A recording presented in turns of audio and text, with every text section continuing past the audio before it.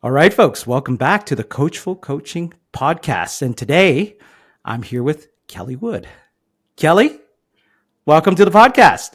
Thank you, David, so much for having me. I'm thrilled to be here. All right. Well, Kelly, how about you give the folks an introduction into who you are and what do you do? Well, I am a coach. That is what I do. That is what I deeply love. It's my purpose in this world. I am lucky enough to be a teacher and a mentor at Canada Coach Academy, where I teach professional and business coaching and performance coaching. I have my master's in organization coaching from Royal Roads. I also have a graduate certificate in coaching, in advanced coaching practices. I just am so steeped in coaching because I just have seen the transformational impact of it over, a long period of years. So I love coaching. I love passing on my knowledge and wisdom around coaching. I have my own coaching practice, as you know. So I work both with individuals, and that side of my business I call a life design business. And then I work with teams, usually senior leadership teams, around building positive culture in their organizations, which is becoming more and more important these days post-pandemic, in the middle of burnout culture and strive and grind. And also I'm a mom. I have a 13-year-old daughter. I live in beautiful Canmore, Alberta, so I'm surrounded by the mountains. And so that wraps me up, I think. All right. Well, thank you, Kelly. I would take the last thing. Being a parent is one of the toughest coaching jobs ever. Thankless as well at times, but I found learning coaching and folks. Kelly was my instructor when I actually learned performance coaching. One of the best instructors I've had. And speaking of like the benefits of coaching, executive coaching, Kelly, like I first had an executive coach 2 years ago, and what a benefit that person had on my life, and that actually led me to where us meeting, because I pursued coaching because of that person. And here we are right now in the podcast, because of the things I've learned from coaching. So it's serendipitous in some ways, right? And destiny, but here we are. Yeah. I think in my executive coaching practice, really great coaches are amazing thinking partners for those people. And just allowing the space for people where they're deeply heard, where someone is paying deep attention to what they're saying, not to respond right away, not to make their point or put their experience on top of another person's experience, but simply to listen, create space, and craft really good questions based on what my client is actually saying. That space is very unique in this world, very unique these days. And so that's, I think, where a lot of my executive coaching clients really get that benefit, just being heard in verbalizing things that, have been bouncing around in their head for a while, but actually never come out of their mouth. Yeah. It's amazing what, when you learn coaching, the easy way out is just to give the answer, but it doesn't give the maximum benefit to the individual who needs the coaching. But the second thing is just being a thinking partner to the executive who hasn't had time. Honestly, they've never made the time to set aside to think about it.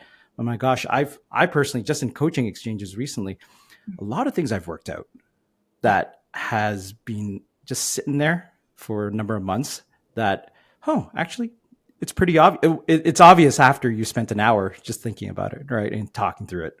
Yeah. And I find the same. I volunteer for an organization called Up with Women, or I have been involved with them in the past. And what Up With Women does is they pair coaches together with women who have experienced homelessness. And the women who have experienced homelessness are, as clients, they've gained stability in their life. And now they're ready to work with a coach to say, okay, what do I want to create for myself? I'm solid now where I am. All this stuff has happened to me in the past, but now I have my eye on the future. So what do I want? And it's the very same, it's the very same principles with those women of, okay, I'm here just to pay attention to you, to listen to you deeply, to have you run through scenarios and tell me what's on your mind, all with that directional flow of what is it that you want? What is it that you can create? And that relationship lasts for a year. So it's coaching every 2 weeks for a year. And the outcome of those relationships is amazing. These women going on to have full-time employment, be self-employed, to be making contributions into the economy, to stabilize their situation for their kids. It's just what I love so much about coaching is that it brings, no matter our titles, no matter where we are in life, we are all just humans. And we are all just trying to create the best thing that we can for ourselves and for our people around us. And coaches hold that space at a human level, not at a title level. Yeah. Yeah. And I appreciate that. And by the way, Up With Women, we'll put that in the show notes later for you, Kelly. And Great. It sounds like a cause that's very, very important to you. Yes. Thanks, David, for acknowledging that. And yeah, I would be happy to talk to anyone who would want to explore Up With Women. Yeah. All right. Well, let's talk a little bit more about your coaching practice. So it was my first time when I went to your website, I saw life design. And I didn't understand what that meant. So, maybe let's go to the basics for the listeners here. What does life design coaching mean, and who would benefit from it? Yeah. So if we bring it down to a metaphor, and of course I love metaphors, and there's a lot of coaching or metaphor use in coaching.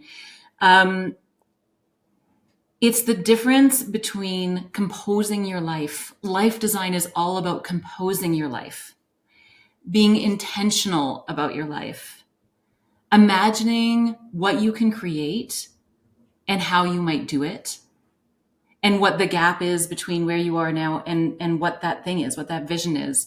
It's slower. It's not constantly responding.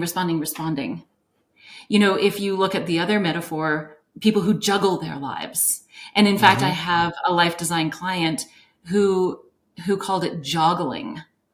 She's a lawyer. She owns her own practice here in Calgary.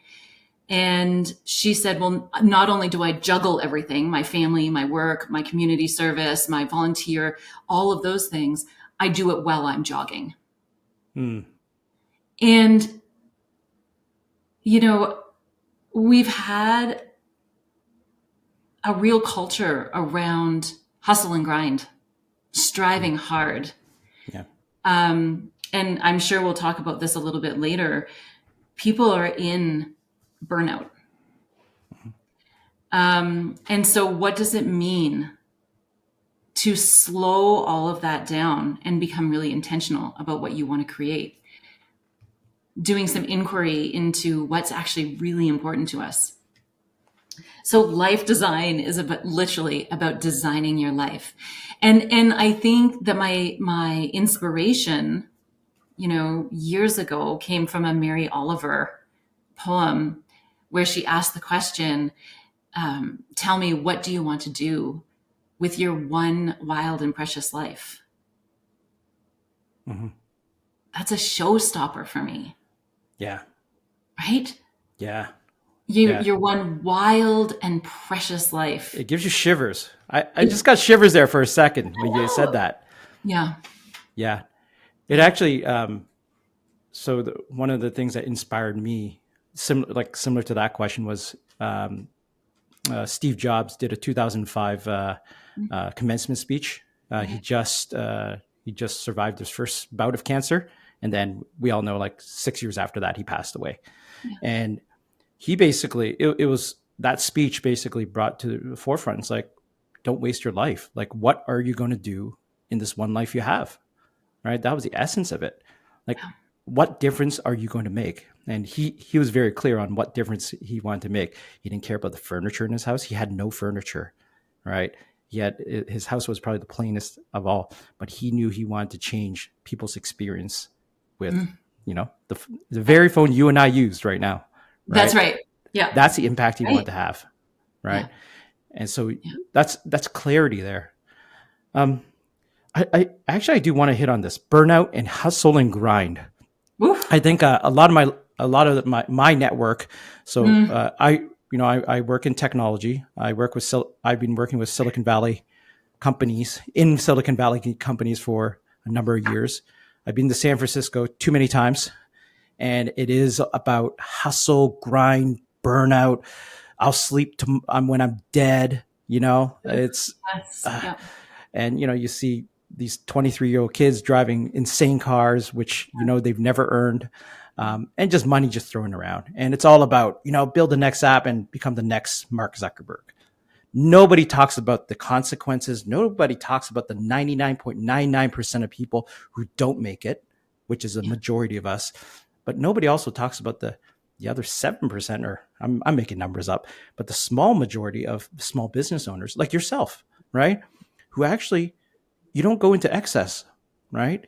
You take small steps to succeed every day so that this is something sustainable. So I do want to ask you a question. Like, you work a lot with corporate teams and teams, for building positive culture. I'm curious, in your travels there, what are some of the top dysfunctions, if you want to call it that you see in teams in corporate cultures? Yeah. So I just want to go back a little bit to your question about burnout and that hustle and grind culture. Yeah. And I think there are times in our lives that we have to hustle and grind, that we have to strive hard. And during the pandemic, I did a lot of research around rest and resilience. And so I became a little bit of a rest and resilience. I was really pushing people to think about, the difference that they could create in their lives as if to walk into that space of rest and resilience. And recognizing that sometimes it's all about go. It's all about go time. But then how do we balance out? Adam Grant had a cartoon. I don't know if you saw it just the other day. And it was a tombstone, and it said, born, was really busy, died. Right? And so what else do we want? Like, we recognize that we have to work. Fine. What else do we want to put into our lives? And I think that's really, I'm sure we'll get into this later on, but we'll start talking about values. Mm-hmm. What's really important to you? What do you really want in your life? Joy, love, ease, wisdom, honesty, integrity. What do those states of being really look like for you? And then how do you create your life to have those value states wrapped up in your whole life? And so to your question, what am I seeing as dysfunction in teams right now?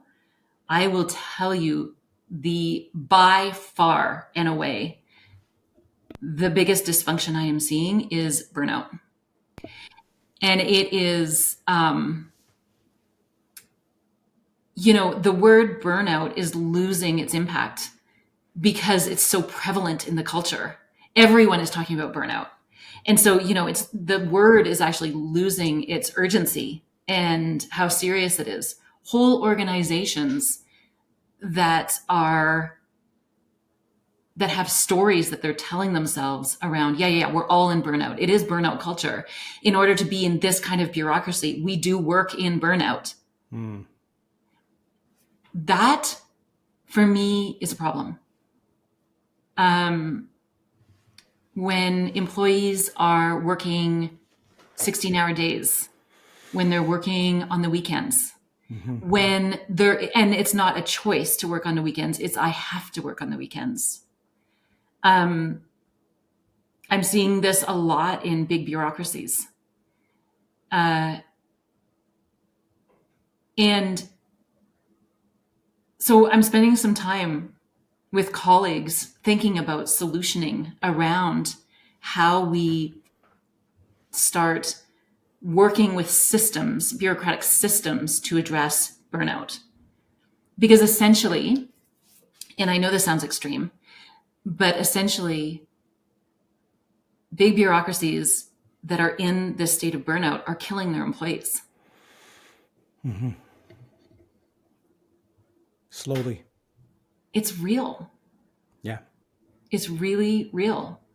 You know, stress, disconnection from family.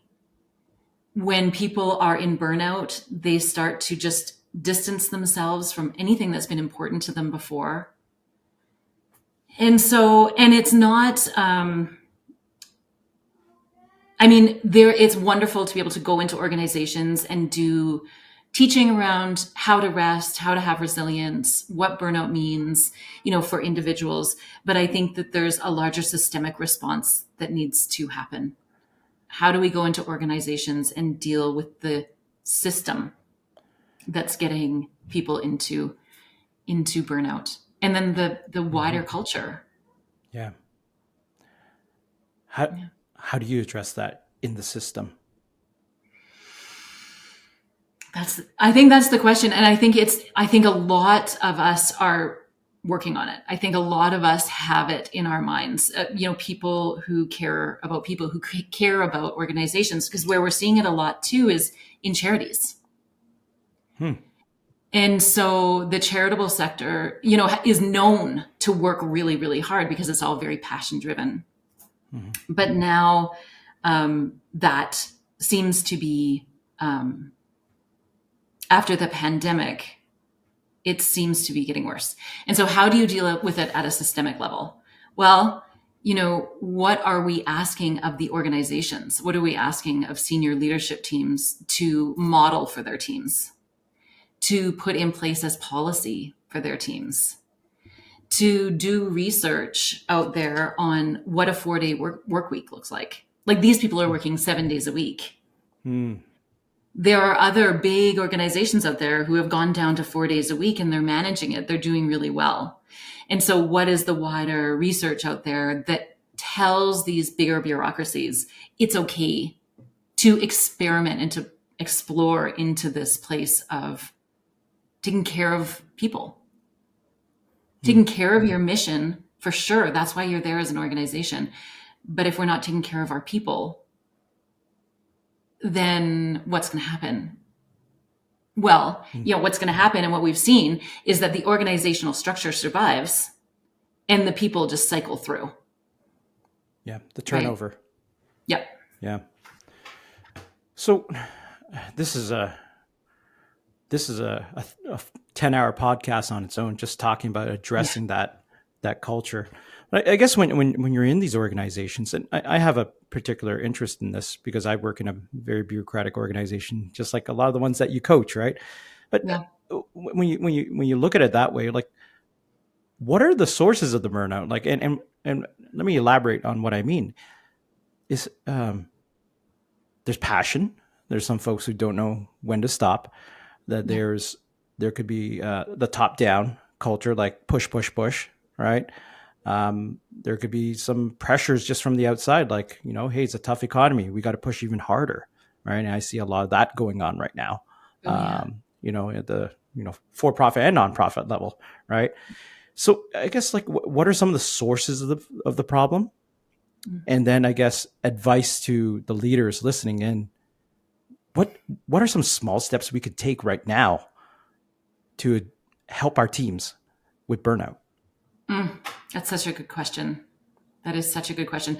I would love to have a forum, you know, to answer exactly that question and start to bring leaders together to start solutioning. And like you said, just small steps. Like, let's start. I mean, we could institutionally say no one answers emails, no one works over the weekends, and the workday is from 9 till 5. That's a big ask. That is a big ask in these organizations who are just gunning super hard. So you asked 2 questions there. What was your first question? Yeah, sorry. I should have separated them. The first one No, was, that's okay. what's the source of this burnout? Like, you mentioned it's in systems, but where, when you pinpoint it, who's the cause of it, or what is the cause of it? Yeah, I think that you've got it. I think there's a whole bunch of external pressure that's going on. And then we have people who need to make money. They need to have a job that is meaningful to them, where they can bring income into their homes. And,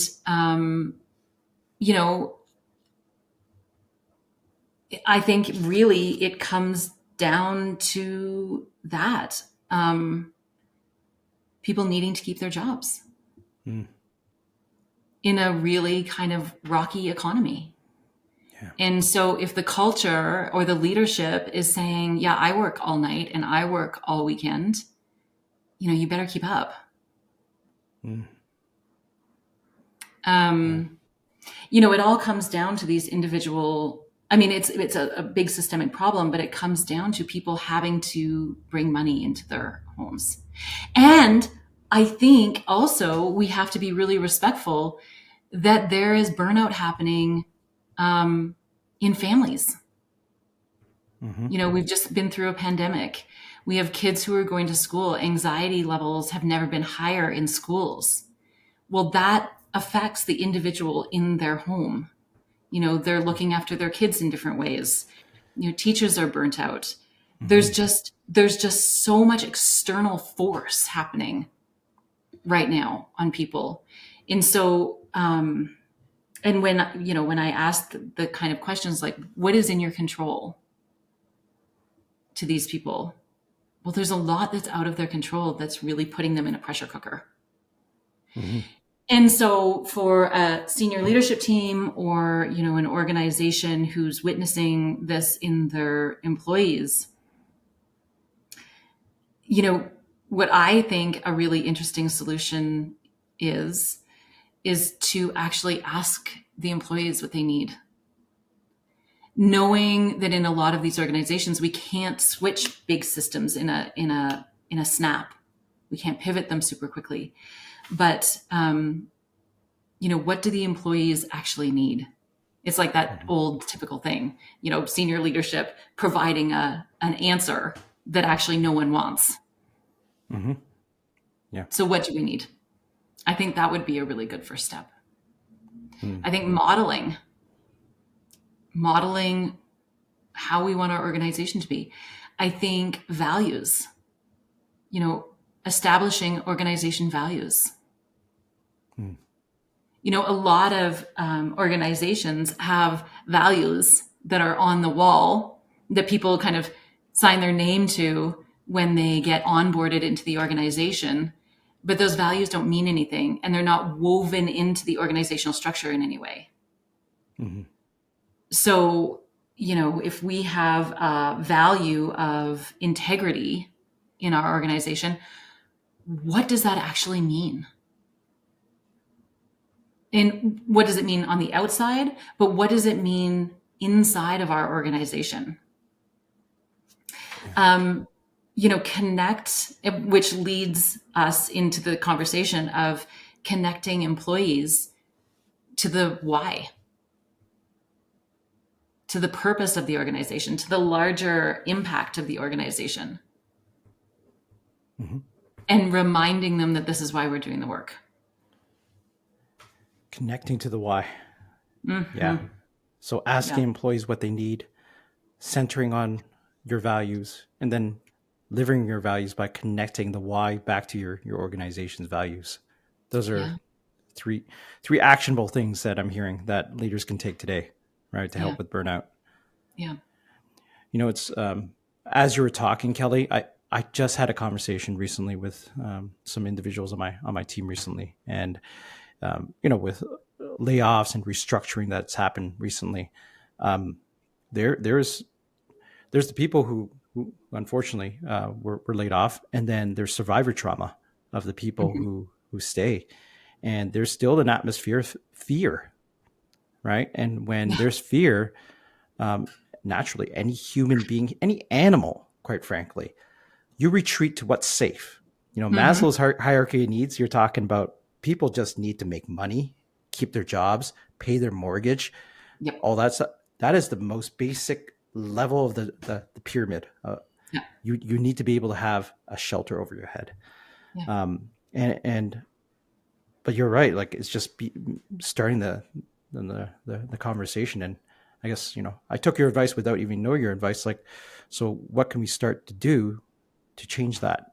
Right. Like, this individual is a high performer, but they were like, Dave, I'm scared to stick my neck out now. Yeah. And that's, your stomach drops when you hear that from a Yeah. high performer. Yeah. Right. Yeah. But they said connectedness. I want to feel connected again. And we went into a whole conversation about what does it mean to be connected, right? Now, we had to recalibrate what connected means in this brave new world. Yeah. But that's a conversation now I'm having with a broader team, like connectedness. What could this mean?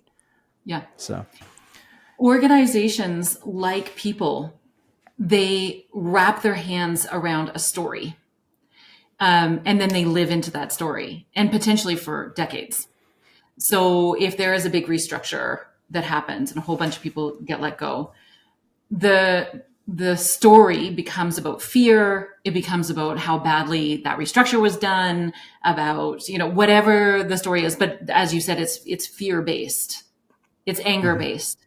And so I yes. think it's really up to the organizations, the senior leadership in organizations, to rewrite that, to first acknowledge that story, to say, we hear that story, we understand why that story is so, we acknowledge the truths in it. And what story do we want to tell? Who do we want to be? Mhm. To loosen up the grip that the employees have on this negative story Yeah. and start stepping into what else might be possible. And I think that's how to really work with the survivors, as you call them, the ones who Mhm. are still in the organization and who are just frozen, is have, and this is where I've seen tons of organizations go wrong. After the pandemic, we're just not going to address what happened before. We're just going to march ahead. We have to acknowledge what happened Yeah. in order to have people let go, or even just loosen up Mhm. that story, and then start to walk into, um, what else? What else do we want? What else can we create? What other stories can we be telling? And I understand the HR departments, the senior leadership teams, they're busy. They can't even imagine taking time to do Yeah. this work. But Yeah. it's the They way themselves are forward. burned out. Yeah. Yeah. Yeah. Yeah. Stories, telling yourself stories. Well, thank you. Thank you for sharing that, Kelly. Um, if I could switch topics for a second, stories. I asked you, um, pre-podcast, what's a crazy or true fact about you? Speaking Okay. of stories, Yeah. you were a wrangler I in the was. Rocky Mountains. Hmm. Tell everyone more about that. How, tell about that story, because you're a coach now. How were you a wrangler? Why did you do that? I'd be interested. Yeah. Well, I mean, I grew up on a lot of land. We had horses growing up, uh, which was, you know, which was a great way to grow up Hmm. out on the land with those beautiful beasts. And I had an opportunity to become a wrangler, which is, I took people into the backcountry on horses for 3 or 4 day trips. Um, and, I was in my early 20s. I would do that from the spring. So there would be snow on the ground. We lived in teepees and we had 111 horses. It was an all female team for most of that time. So Hmm. 111 horses, and there were probably 7 women. Um, and, spring, summer, and we would finish up in fall. And it was just a really beautiful way of living. Talking about values as we were before, at that time, I had been reading, this sounds, I had been reading romantic poetry, like Hmm. Percy Shelley. And beauty, love, and delight is what was like really capturing my imagination at that time. And so I wanted to create all these different experiences where I could find beauty, love, and delight. And I was able to be in the Rocky Mountains on a horse, for a good portion of the year, every year for whatever, 3 or 4 years. Wow. Yeah, it was an amazing, amazing way to live. That sounds like a wonderful way to live. And it sounds like it aligns with the beauty, love, and delight, which Hmm. sounds like it was a huge influence at the time. Yeah. So, talking about values, you mentioned that your three values, top three values, are ease, wisdom, and tenacity. I'm curious, like, how does that manifest itself? And I do want to actually add one more question on top of that. You mentioned Okay. that when I asked you, whatever you changed your mind about lately and anything you've doubled down on, and you're writing a book about values. So Hmm. talk about your values, this book you're writing about values. Tell us a little bit more about that. Yeah. Thanks, David. So, ease, wisdom, and tenacity. Tenacity and ease could be seen as in conflict, but they are not. Ease really came to me. I am a single mom. And when my daughter was really little, up until she was about 9, I had a full time job. I was a single mom. I had a side hustle of coaching, and I had another little side hustle going as well. So I was working like 28 hours a day, pretty much. Wow. And I realized one day as I was driving from my work back home to pick up my daughter that I had my hands gripped around the steering wheel. I was like just gripped. And so I loosened my hands. And in that moment, I was like, this has got to change. I'm Mm. so stressed. I'm going to make myself sick. I just need to, I can't slow down. I can't drop anything off my plate, but I really need to just lower my nervous system. Mm. And so over kind of my inquiry during that time of what it meant just to loosen up and slow down my nervous system, the word ease came into my lexicon.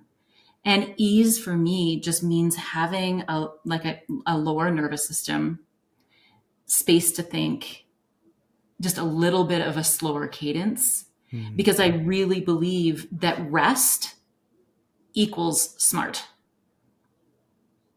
If I can Rest equals rest, smart. Mm. yes, if I can rest, then my brain can be fully functioning and I can create. I can deepen my own thinking. I can listen to my intuition better. And as a business owner, as an entrepreneur, my intuition is important to me. It really supports me.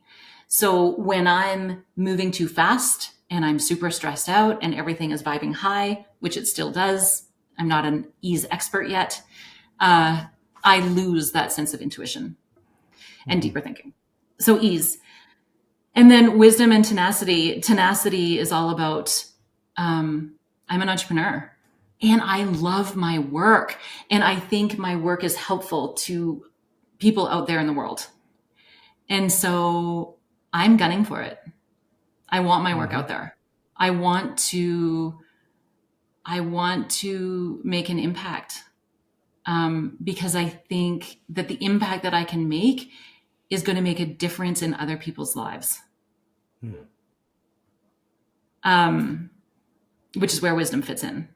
Like I Right. better know what I'm talking about. Which is, and that is, they say the 5 people who you hang out with the most are the people who you sort of become, and you embody a lot of that. And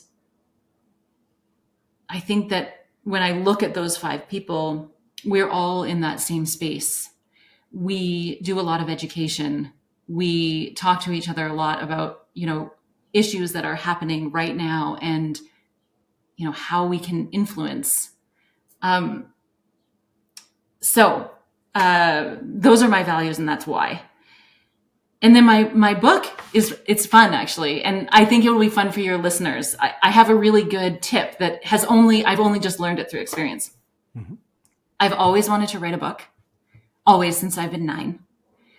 And I've always said, I just don't know what I would write it on. Would I be telling a story? Would I be giving advice? And then for a while I was like, I can kind of do both, but I could never move into it. I just didn't know how. And in January, I woke up at 1:30 in the morning, which I do a lot. And these pieces just fell into place. I know a lot about values. Coaching is a lot about values. We do a lot of work around values. So I've been studying them for a long time. I know mine really well. I work with my clients around values. I've done research and study around values and how they support us. And one of my best friends is this amazing, beautiful copy editor. She does amazing work out in the world. Mm-hmm. And I love her style. And I have another friend who is an illustrator. And I've been working with her for years on other projects that I do. She's been illustrating, she's been making values cards. So she picks the value of wild-hearted or adventure, and she creates a piece of art around it. And then I weave that into my work. So all those pieces came together, and I was like, oh, I'm writing a book on values. Great. And that morning I started. Mm-hmm. And it's going to be a workbook that is beautifully illustrated. And so it's not going to be a big, 80, 100-page book. It's just going to be a workbook. My friend has it now, who's the copy editor. So we're working through the first draft. Okay. And I'm really excited. All my marketing friends have been like, well, what are you going to do with it? Like, how are you going to sell it? Where in the funnel does it work and I have no idea. I don't care. All I know is that this work is sitting inside of me, and my 2 collaborators are really excited about what this might turn into as well. Mm-hmm. And so off we go. And what I have learned is every time I had the inner critic come in, which it has almost every day, I open up my laptop and I write a few sentences. That is my obligation to myself. Inner critic comes in, says, why would you do this? Why would anybody read it? Why is this work relevant? Open the laptop, write a few sentences. It turns into 3 paragraphs. I close my laptop and I'm done for the day. Mm-hmm. So, we all have those inner critics that want to stop us from doing things that put ourselves out there, or at least I really do. I know a lot of people do. So again, it's that step by step by step. I don't need to have it all done right now, just step by step. So as I said, the first draft is in with the copy editor, my friend, and I think it'll be out by summer. All right. Well, I would be very fascinated to see the end product. I will plug it in my social networks as well when you are ready with that. I won't ask you what the title, who the publisher is yet. I'm sure that's something that you're working on in secret. But I'm really excited to say someone I know, someone I respect, has written this book and this workbook. Thanks, David. So yeah, it's something to share with my leadership teams as well. So yeah, that's really interesting. This version of this book is very much on the life design side. And then there's going to be like an organization side, because as we've talked about a little bit, values in organizations are just as important, that the system understands those values. In the best case scenario, they've co-created those values and really are advocates and champions of them. Mm-hmm. And so that is another project that might be coming up. Yeah. I do want to pinpoint one of the things that really caught my ear, the inner critic, and I think that's the surprising thing some folks have is, and I think the last few years, at least amongst the leadership I've been around, some of the most incredible people you're around. On the surface, they're like Superman, Superwoman, superheroes. They admit, like, I don't know what the heck I'm doing, Dave. And you're like, really? That actually happens to you? Yeah. And so it's amazing that you see that imposter syndrome, inner critics, the best of us have it. CEOs of our companies have it, C-suites, people in leadership positions. So I guess my question is, like, you have a methodology. You just say, hey, inner critic, I'm going to write a few lines right now. Yeah. Goodbye, good night. Yeah. For leaders who have this inner critic saying, am I worthy of doing this job? Should I be doing this job? What advice would you give those leaders that have a strong inner critic? First, just to normalize it. They are not alone. In fact, every leader that I've worked with has an inner critic. Every person that I've worked with has an inner critic. I just read a stat that I'm not sure is completely correct, but 75% of people have inner critics. I've never met anyone who put their hand up when I said, or who didn't put their hand up when I said, do you know what an inner critic is and what does yours say? Like everybody is like, yes, I know that one. And so first of all, normalize it. Second, start to do some inquiry around it. So my inner critic says, you're not good enough. I'm not good enough. And it does that in all sorts of sneaky, manipulative ways. And so we put it under inquiry, the spotlight of inquiry, because inner critics don't like that because they're not based in reason. Mm-hmm. They are normally based in something, a defensive mechanism that we've developed in childhood that have come along all the way, all through the years to where we are now. I'm almost 50. And that mechanism that I designed, back when I was 7, it no longer suits me as a 50-year-old woman. That coping mechanism doesn't support me. Mm-hmm. So put it under the light of inquiry. Where's the evidence that you're not good enough? What would people tell you if you interviewed them about you're not good enough? And what I think is really important in inner critic work, that is contrary to some of the other work out there, is we acknowledge our inner critics and honor them and thank them for all the work that they've done forever. Because they are a part of us that has just been trying to protect us. Mm-hmm. So there's some work out there that says, tell it to F off and throw it in the garbage and push it away and be mean. But actually that one of you, that inner critic of you, has actually just been trying to protect you all these years. So just mm-hmm. love it and appreciate it, acknowledge it and say, no, I have some wisdom here, and make a decision from that part. But normalize it first. Normalize it. Question with curiosity. Mm-hmm. The critic is just yourself. So really, you're just asking yourself the questions, and that actually takes the power out of the criticism, because when you rationalize it, actually, you can label it. It's like, oh, it's just me being silly, right? Or there's no evidence for it, and I do want to elaborate on that because I've seen too often, especially with the newer, younger leaders, but it happens to people of all experience levels. When you don't know how to question and approach the critic with curiosity, the physical manifestation of it is, I'm just going to work harder. Yeah. Hey, Kelly, I'm going to white knuckle it, hold on to that proverbial steering wheel, white knuckle it until I just prove to myself that I'm worthy.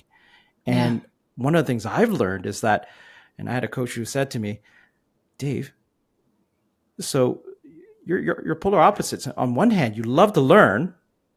On the other hand, you are fixed mindset when it comes to yourself. And that was a holy shoot moment for me. Yeah, You yeah, know, yeah. holding onto that steering wheel, white knuckling, that is a fixed mindset. That is not a learning mindset. That's not something that's going to be productive. Yeah. Yeah. So it's amazing.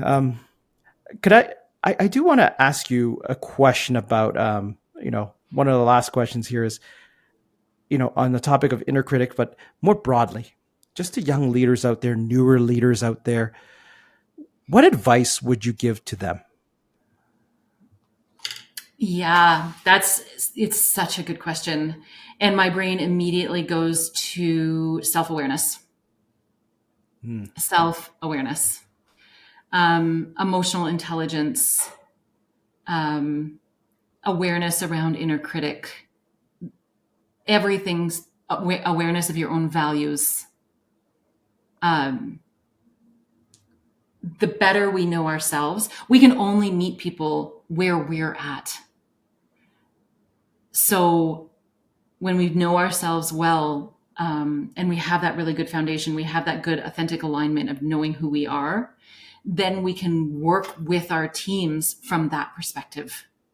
Hmm. Does that make sense? It makes a lot of sense. Know yourself Yeah. first. Know yourself first. I think of my daughter who is 13, and as she gets older and walks into whatever she'll be doing in her 20s, what I hope for her more than anything else is that she has a good idea, a good foundation of who she is and how she wants to show up in the world and what is important for her. And this understanding of, inner critic, it is not all of you. It's not all of you. It is just a part of you. It's just one of you, one of sort of many. We also have access to our wise person within us. We also have access to that like complete badass who is going to go out there and, do whatever work in the world needs to be done. Mm-hmm. So yeah, know thyself, I think, is the biggest piece of advice that I could give to a leader. Take the time. It's really meaningful and transformative and sometimes surprising and exciting. And it will help you without question. You Mm-hmm. look at Harvard Business Review. There are so many articles now that are actually saying that emotional intelligence is as important or more important than technical knowledge Mm-hmm. in leadership in organizations. Yeah. And so it's time. It's like it is time for that kind of intelligence. Yeah. Yeah. I, it's a joke yet not a joke where folks, some younger folks sometimes I meet, they go, "Oh yeah, you probably know all this, Dave," and I go, "Hey, I think you're mistaken. How I got this position in leadership is not because I'm smarter than you." And they're like, "Oh yeah, right." And I go, "No, really. I'm pretty good at building relationships. I'm pretty good at reading people's body language and their wants and needs and influencing people. I think that's why I got this job." And it's quite the conversation when they hear that, like, "Oh, it's not because you had great technological skills, and it helped me, but it's Yeah. not why I'm here. This is a totally different job that I'm in." Um, Yeah. so one of I am interested. So if you were to give advice to the 20-year-old wrangler self of Kelly, what Mm. advice would you give yourself right now? Oh my God, start coach training immediately so you get some good self-awareness. If only all of us knew that. Yes, that's right. That's right. Yeah. I do actually think that. I think it all starts there. It all starts there. Just spending time to understand. And I think that 20-year-olds will be in that space. I think one of the things that you had asked earlier, we had talked about earlier, is like vulnerability. How does vulnerability show up in organizations these days? Um, and is there too much of it? Is there too little of it? What matters in the context of this question is that it is part of the culture. It's part of society. We are starting to talk about knowing ourselves, stepping into vulnerability. So I think these generations coming up are going to be way more self-aware. And I think that's what it's all about. Yeah. Yeah. More self-aware. I hope so. And it hopefully addresses a lot of those problems around burnout Oh my God. yeah, Yes. the more Well, self-awareness an individual has. Yeah. and you think about when I was growing up, there was no conversation about hard emotions. Mm-hmm. There was no conversation about conflict, in that conflict, in fact, is a human phenomenon. If we are human, we will get into conflict. Absolutely. But we never had any of those tools to deal with conflict. So that's a lot of work that I do within organizations, because in leadership right now, we're all like the 40, 50, 60-year-olds, and we've never been taught how to deal with conflict well. Mm-hmm. It's Yeah. just a Suck it skill up. set. That's Yeah. right. That's exactly right. And so it's just a skill set. So if we are giving those skill sets to young leaders now, imagine their workplaces, in 20 years from now and 30 years from now, Mm-hmm. they'll be different. Yeah.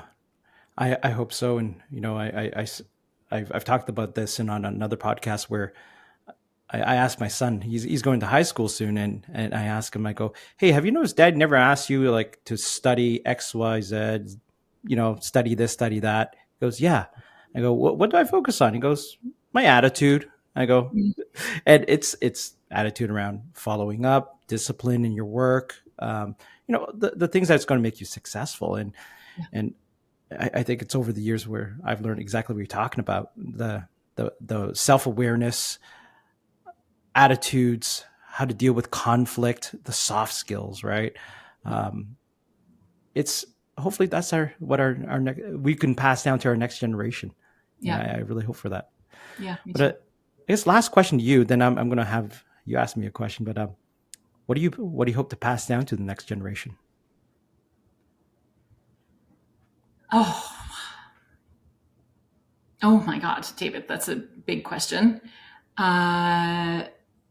What do I hope to pass down to the next generation? I hope that my work with individuals and with teams allows people to step into their authentic and aligned selves, which gives them what they need to show up in their lives in a way that feels good to them.